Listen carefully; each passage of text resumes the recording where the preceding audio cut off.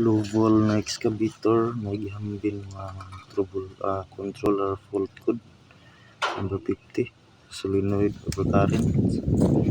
Yan, so direct to the point na tayo. Yan, tinanggal natin yan dyan, nilinisan at saka in-adjust natin yung parang barbula nya. So yan, inandar natin, switch natin yan. So pag switch hindi na siya nag-alarm, nawala na yung alarm. Tapos tingnan natin ulit sa mga trouble fault code nya.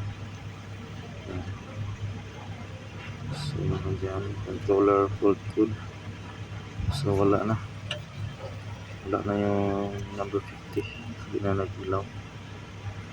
So yan, wala na siya gibati. Okay, nakakuha ara sa itong cleaning o adjust. So good, low vol na excavator pala to.